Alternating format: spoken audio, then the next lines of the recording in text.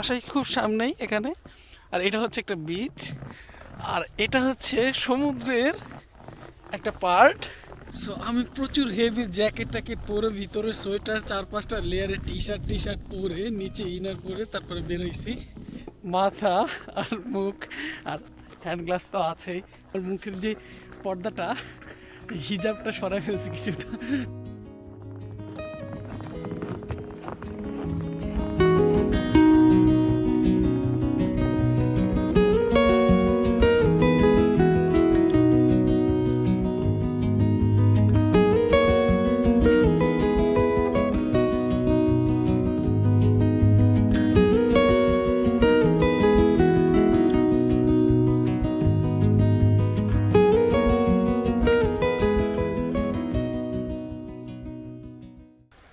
আজকে আপনাদেরকে আমার বাসা থেকে মাত্র 7 থেকে 8 মিনিটের ডিস্টেন্সে একটা সমুদ্র রয়েছে, সেইটার ভিউ দেখাবো। যে সুইডেনে উইন্টারের সময়, একদম মিড উইন্টারের সময় সমুদ্রের পার, মেইন সমুদ্র বলা যাবে না, একদম হচ্ছে সেগুলো দেখতে কেমন কেমন হয়।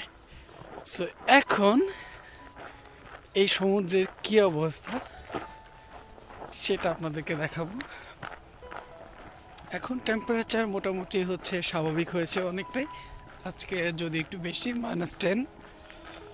লাস্ট কয়েকদিন বেশ ভালো ছিল, বিলো -5 ছিল অলওয়েজ। বাট এই বছর হচ্ছে আমি যদিও শিওর না, এটা নাকি গত হচ্ছে 26 বছরের হচ্ছে রেকর্ড ভেঙেছে। পুরো হচ্ছে সুইডেন, ফিনল্যান্ড, নরওয়ে, এর টেম্পারেচার কিন্তু অনেকটাই হচ্ছে নিচে নেমে গেছিল।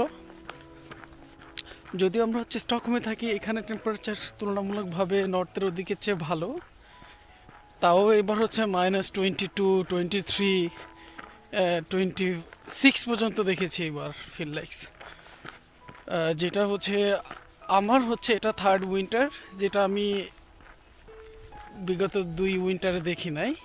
তো আমি শুনেছি এখানে যারা অনেক দিন ধরে আছেন তারা বলেছে যে 26 ইয়ার্সে লাস্ট এরকম স্নোফল হয় নাই, আর এত ঠান্ডাও পড়ে নাই।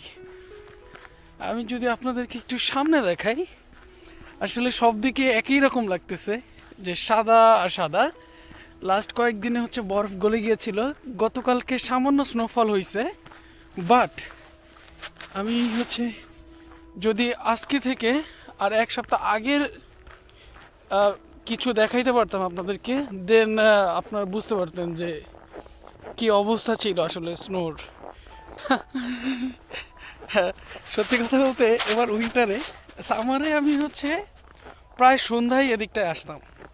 আমি হচ্ছে রানিং জগিং করার জন্য আসতাম, এখানে হচ্ছে বসে থাকতাম, এখানে সুন্দর সুন্দর বেঞ্চ দেওয়া আছে। কিন্তু উইন্টারে এই জায়গাটা কেমন সেটা আসলে আমি দেখি নাই। আসলে এই ঠান্ডার মধ্যে আপনি 10টা মিনিট আসলে বাইরে থাকার মতো অবস্থা থাকে না।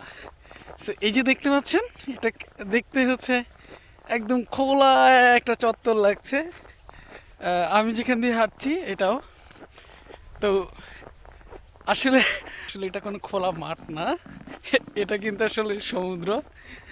এই জায়গাটায় সামারে প্রচুর, এই যে এমন বাসায় খুব সামনেই এখানে, আর এটা হচ্ছে একটা বিচ, আর এটা হচ্ছে সমুদ্রের একটা পার্ট।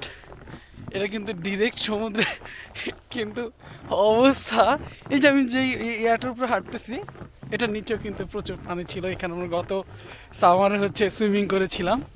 আর এখন এটা হচ্ছে একটা ফ্রোজেন সাগর আর কি।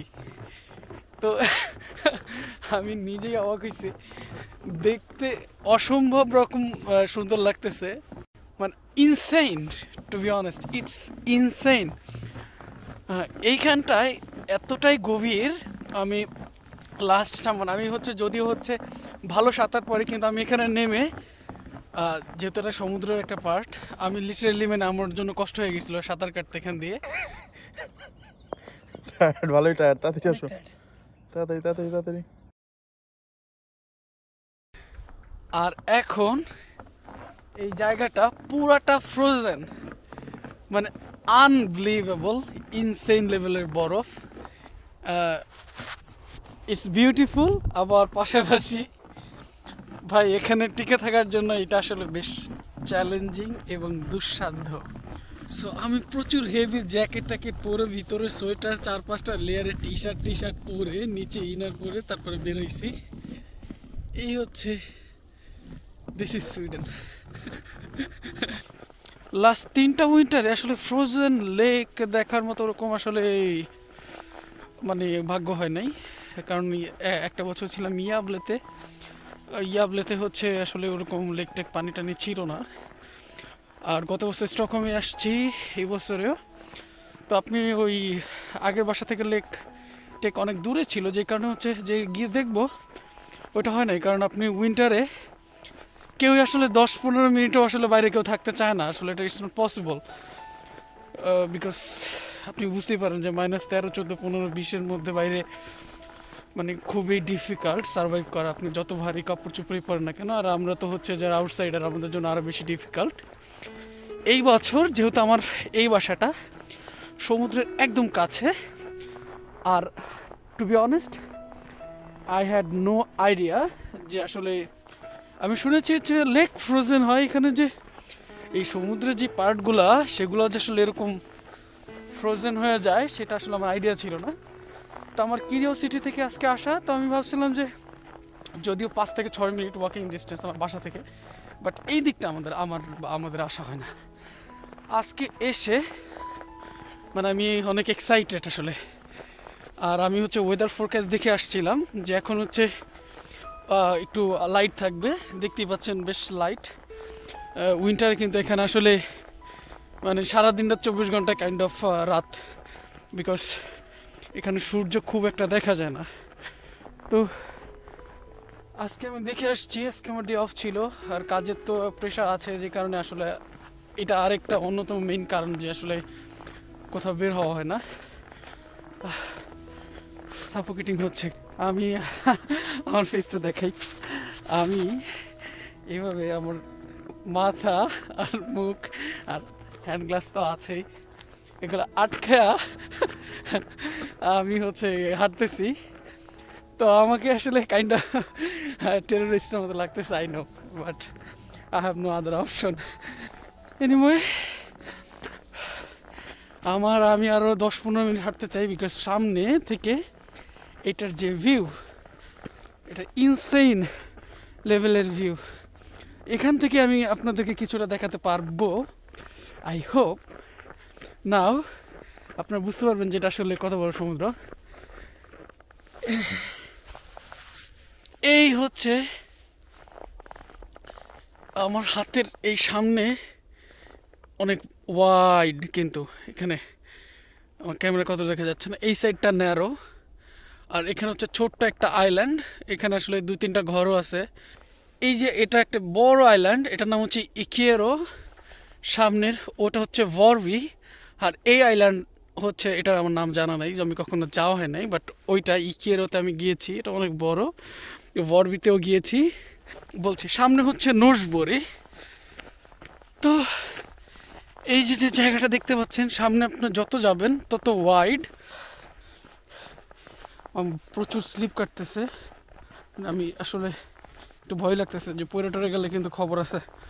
3 বছরে এই বছর আমি 2বার হচ্ছে স্লিপ কাটা খাইছি আসার। সো আসলে এটা কিন্তু খুবই ডেঞ্জারাস একটা জিনিস। এনিওয়ে লাইট কিন্তু কমে আসছে, দেখতেই পাচ্ছেন। এখানে ভাই আলো আধারের খেলা সুইডেন। সামারের সময় রাত হয় না, আর উইন্টারের সময় তো দিনই হয় না কাইন্ড অফ। যদিও আমরা অনেকটা সাউদার্ন পার্টে স্টিল এরকম, কারণ আপনি ডিসেম্বর জানুয়ারি মাস এত ডার্কনেস, মানে আপনি অটোমেটিক্যালি ডিপ্রেশনে চলে যাবেন। আর নর্থের কথা নাই বলি। আবার যদি আমি সামারের কথা বলি, সামারে কিন্তু রাত 2টা-1টা বাজে, বাইরে চকচকা আলো, যদিও সূর্য দেখবেন না আপনি, সূর্য ধরেন 10টা-11টায় রাত হচ্ছে সূর্য ডুবলো, আবার সানরাইজ হয়ে যাবে আপনার 2:30-3টা বাজে। কথা বলতে হতে গরম হয়ে গেছি, সেই জন্য আমার মুখের যে পর্দাটা হিজাবটা সরাই ফেলছি, কিছুটা নামায় ফেলছি। সো আমি এখন যেখানে আছি, যে জায়গাটা, আমি এই জায়গাটা আসার জন্য এতক্ষণ হাঁটলাম, আপনাদেরকে দেখাই এই জায়গাটা কি রকমের সুন্দর। এবং আমি লাস্ট সামারে যখন এখান দিয়ে হাঁটাহাঁটি করতাম, আমি প্রচুর ছবি তারপর ভিডিও নিছি, যদিও ভ্লগিং বা অন্য কোনো পারপাসে না। সো পসিবল হলে আমি এটার সাথে অ্যাটাচ করে দিলে আপনারা বুঝতে পারবেন যে জায়গাটা মানে সামারে কীরকম ছিল আর এখন কেমন। এই ডিসেম্বর আর জানুয়ারিতে এখানে আসলে যদি দু একদিন আপনি সানলাইট দেখেনও, মানে ওইগুলো গাছের উপরে উঠতে পারে না সূর্য, এরকম একটা অবস্থা। সো মানে ওই অল্প একটু টাইমের জন্য ওই গাছের নিচ দিয়ে নিয়ে উঠে আবার তারপর হচ্ছে ডুবে যায়। সো আমি আমার এই অসুন্দর মুখ না দেখা আপনাদেরকে এই আশেপাশের সৌন্দর্যটা দেখাই। আমি এই হচ্ছে এই সাইডটা হচ্ছে সমুদ্র পাড়, আর এই যে দেখতে পাচ্ছেন এটা কিন্তু অনেক ভালো রকমের উঁচা এই পাহাড়টা। এনিওয়ে, ঠিক এই তো চলে আসছি আমার ফাইনাল ডেস্টিনেশন। এইখানে একটা সুন্দর বসার জায়গা আছে, এখানে লাস্ট টাইমে বসে আমরা প্রচুর আড্ডা দিছি লাস্ট সামারে। আমি হচ্ছে আমার আর কয়েকটা ফ্রেন্ড এবং বড় ভাইদের নিয়ে। এখানে হচ্ছে প্রচুর পরিমাণে মাছ ধরা হয়। ঠিক এই যে সুন্দর একটা বেঞ্চ, আর এইখান থেকে এই সমুদ্রের ভিউটা, ও ইনসেইন লুক। এখান থেকে একদম ওয়াইড একটা ভিউ সমুদ্রের, যেটা হচ্ছে মাশাআল্লাহ, দেখতে মনে হচ্ছে চোখ জুড়িয়ে যাচ্ছে। আর এদিক দিয়ে আমার কলিজা ঠান্ডা হয়ে যাচ্ছে, যে আমার অলরেডি বুকে ব্যথা শুরু হয়ে গেছে। সত্যি কথা বলতে আমি আর বেশিক্ষণ স্টে করবো না, আমি এখন বাসার পথে রওনা দিব। এই সুন্দর জায়গাটা দেখানোর জন্য আসলে এত দূর হেঁটে আসা, আর অ্যাজ এ মেমোরি হিসেবে ধরে রাখলাম। So this is all for today, thanks for watching, আসসালামু আলাইকুম।